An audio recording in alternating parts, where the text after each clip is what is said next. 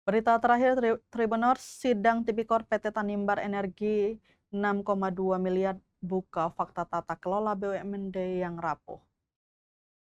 Pengelolaan badan usaha milik daerah atau BUMD yang seharusnya menjadi instrumen pembangunan dan kesejahteraan masyarakat justru menampilkan potret sebaliknya di ruang sidang pengadilan tindak pidana korupsi pada Pengadilan Negeri Ambon.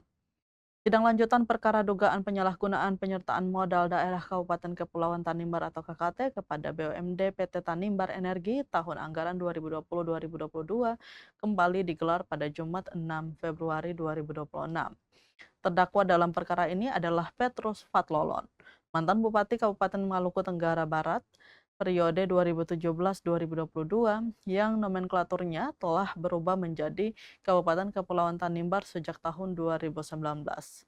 Petrus Fatlolon dalam perkara ini disebut sebagai pengendali atau pemegang saham PT Tanimbar Energi, juga terdakwa Johanna Joyce Julita yang saat itu menjabat sebagai Direktur Utama PT Tanimbar Energi 2019-2023 dan Karel FGB Lusnar Nera selaku Direktur Keuangan 2019-2023. Sidang yang telah memasukinya tahap pembuktian itu menghadirkan 6 orang saksi. Mereka diantaranya ialah Amelia Slarmanat, Bendahara PT Tanimbar Energi, kemudian Moses Kelbulan, Komisaris Anak Perusahaan, Ariston Duarmas, Komisaris Anak Perusahaan, Edi Huwai, Inspektur Daerah, Matias Roni, Direktur Operasional, dan Simpson Loblobi, Direktur Anak Perusahaan. Dari keterangan para saksi terungkap berbagai persoalan mendasar dalam pengelolaan PT Tanimbar Energi. Perusahaan daerah tersebut awalnya dibentuk untuk tujuan strategis yakni mengelola partisipasi interest atau PI Blok Masela. Namun dalam praktiknya PT Tanimbar Energi justru menjalankan usaha bawang dan batako. Para saksi menyatakan kedua lini usaha tersebut tidak pernah memberikan keuntungan. Fasilitas produksi batako diketahui telah tersedia namun tidak pernah dioperasikan secara optimal. Sementara usaha bawang bahkan mengalami kerugian. Kondisi ini dinilai ironis, mengingat perusahaan dibiayai dari anggaran pendapatan dan belanja daerah atau APBD dengan nilai mencapai 6,2 miliar. Dalam persidangan juga terungkap lemahnya fondasi tata kelola perusahaan. Rencana Kerja dan Anggaran atau RKA tahun 2021 dan 2022 tidak dapat dibuktikan keberadaannya. Untuk RKA 2020 diketahui tidak mendapatkan pengesahan dari komisaris. Sejumlah saksi mengaku tidak pernah melihat RKA induk perusahaan maupun anak perusahaan. Bahkan standar operasional prosedur atau SOP tidak pernah disusun. Selain itu, sistem pengawasan internal dinilai tidak berjalan. Bendahara Pengeluaran menyampaikan bahwa dirinya tidak dilibatkan dalam rapat internal perusahaan. Setiap pencairan dana langsung diserahkan kepada Direktur Keuangan tanpa mekanisme pengawasan yang memadai. Penyusunan laporan pertanggungjawaban pun dilakukan tanpa prinsip check and balance.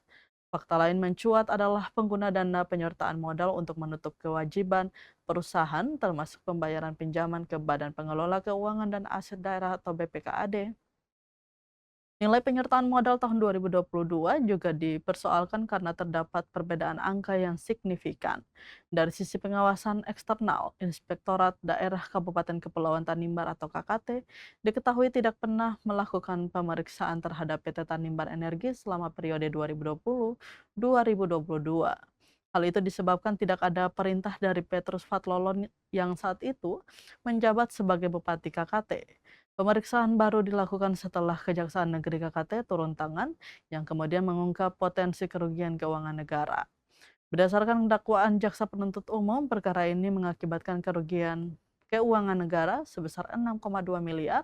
Nilai kerugian tersebut sebagaimana tertuang dalam laporan hasil audit perhitungan kerugian keuangan negara oleh Inspektorat Kabupaten Kepulauan Tanimbar nomor 700 garing LAK garis datar 7 garing 3 angka Romawi garing 2025.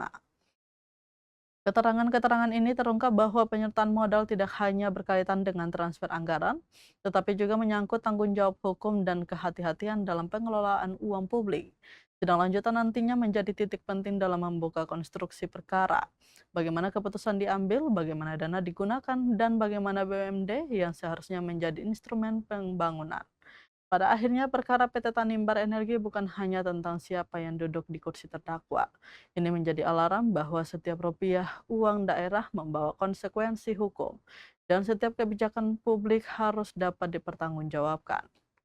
Download Tribun X sekarang, menghadirkan lokal menjadi Indonesia.